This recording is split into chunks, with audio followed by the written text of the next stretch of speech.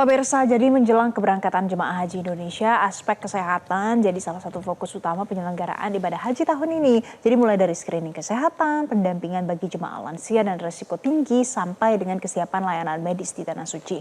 Seluruhnya jadi bagian penting supaya jemaah bisa menjalankan ibadah dengan aman dan optimal. Kita akan bahas pagi ini bagaimana upaya memastikan kesehatan prima. Sudah tersambung melalui Zoom bersama Pak Lilik Mahendro Susilo, Kepala Pusat Kesehatan Haji Kementerian Kesehatan Republik Indonesia. Ya, kita langsung sapa. Assalamualaikum, selamat pagi Pak Lilik. Pagi Pak Lilik. Waalaikumsalam warahmatullahi wabarakatuh. Baik, Pak Lilik, ini langsung saja terkait dengan kesiapan jemaah haji. Aspek kesehatan tentu menjadi penting. Sejauh ini bagaimana screening yang dilakukan untuk jemaah haji Pak? Terutama untuk mereka yang lansia Pak. Iya, jadi untuk screening kesehatan sudah kita lakukan.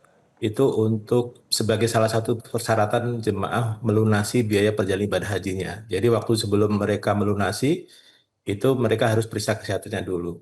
Yang kesehatannya dinyatakan mampu untuk bisa melaksanakan ibadah haji, dinilai kapasitasnya nanti boleh melunasi, dan yang tidak itu tidak boleh melunasi. Jadi kalau tidak ada syarat, kalau tidak sehat, berarti mereka tidak bisa melunasi. Jadi sudah kita lakukan kira-kira di akhir tahun lalu ya. Itu yang kita lakukan seperti itu. Kemudian apa Pak imbauan pesan yang mungkin mau disampaikan untuk para calon jemaah haji supaya tetap bisa jaga kesehatan nanti jelang sampai ke Tanah Suci?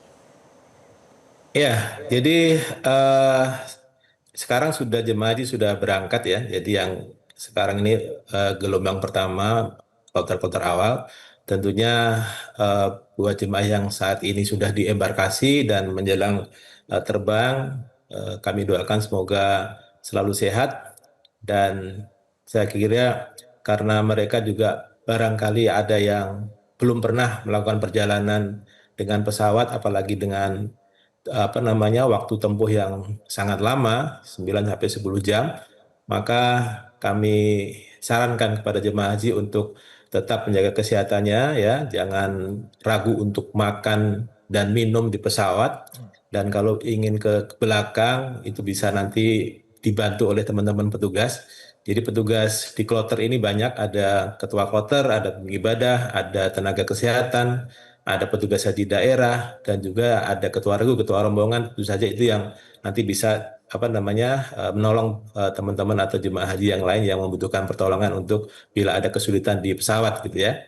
Dan nanti pada saat sampai di Jeddah, kami harapkan Bapak Ibu semua juga dalam kondisi yang sehat dan segar. Jadi manfaatkan waktu terbang di udara ini nanti dari tanah air menuju Arab Saudi, dimanfaatkan untuk istirahat yang baik gitu ya. Mudah-mudahan semuanya bisa tidur istirahat, sehingga nanti pada saat sampai di Saudi, sampai di Madinah, turun dalam kondisi yang sehat walafiat ya. Semoga seperti itu. Dan bagi jemaah yang baik lansia maupun yang non lansia yang sudah punya penyakit ya, sudah komorbid dan sudah diresepkan oleh dokter untuk minum obat secara rutin, jangan lupa obatnya diminum ya.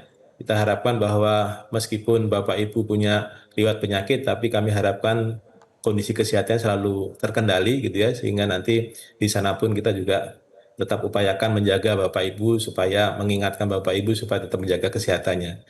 Dan untuk yang jemaah yang masih di tanah air menunggu keberangkatan, kami juga harapkan jangan terlalu capek ya.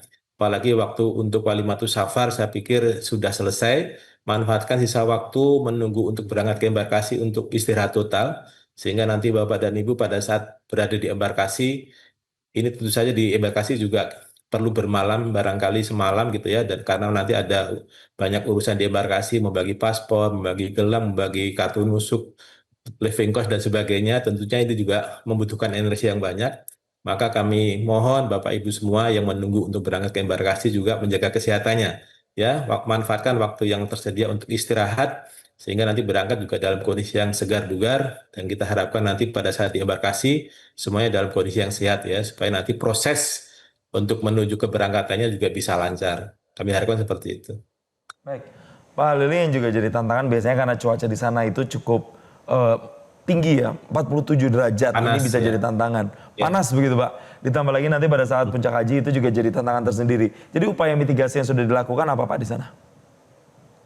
Ya, teman-teman petugas, baik itu petugas penyelenggara ibadah haji yang ada di Kloter maupun nanti yang ada di Arab Saudi, ini yang kami pesankan kepada mereka adalah supaya tetap menjaga jemaah haji kita, khususnya dalam mengendalikan aktivitas mereka pada saat berada di sana. Yang kami harapkan adalah bahwa jemaah haji ini pada waktu siang hari, di mana cuacanya sangat panas sekali, kami mohon supaya jemaah haji aktivitasnya berada di hotel saja, gitu ya. Nah, jadi kalau di Madinah barangkali memang jarak antara hotel dan masjidnya relatif dekat. Jadi kalau misalnya mau memanfaatkan waktu untuk di Masjid Nabawi juga nanti bisa silakan, tapi apa namanya kami harapkan agar energinya jangan dikuras gitu ya. Jadi aktivitasnya kalau bisa jangan banyak di luar ruangan, tapi usahakan sedapat mungkin maksimal di dalam ruangan lah, baik itu di masjid maupun di hotel gitu ya.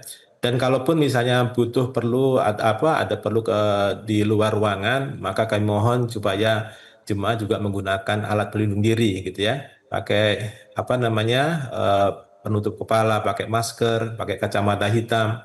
Minumnya jangan lupa ya, minumnya 1 jam 1 gelas lah, 200 mili gitu ya. Pokoknya minimal satu hari 1 liter gitu. Ya, kita harapkan supaya tidak sering ke belakang ke toilet, maka tekniknya barangkali minumnya jangan langsung banyak, tapi sedikit-sedikit setiap 15 atau 10 menit kita minum seteguk supaya nanti cairan dalam tubuh juga tetap terjaga. Dan kalau habis atau selesai aktivitas di luar pada siang hari, maka kami harapkan jemaah mengkonsumsi apa namanya larutan garam orali dengan air gitu ya, supaya terjaga hidrasinya di dalam tubuhnya. Dengan demikian upaya ini juga bisa apa namanya kita harapkan menjaga kestabilan ataupun mungkin kesehatannya agar tetap terkendali ya, khususnya buat mereka yang sudah punya riwayat penyakit.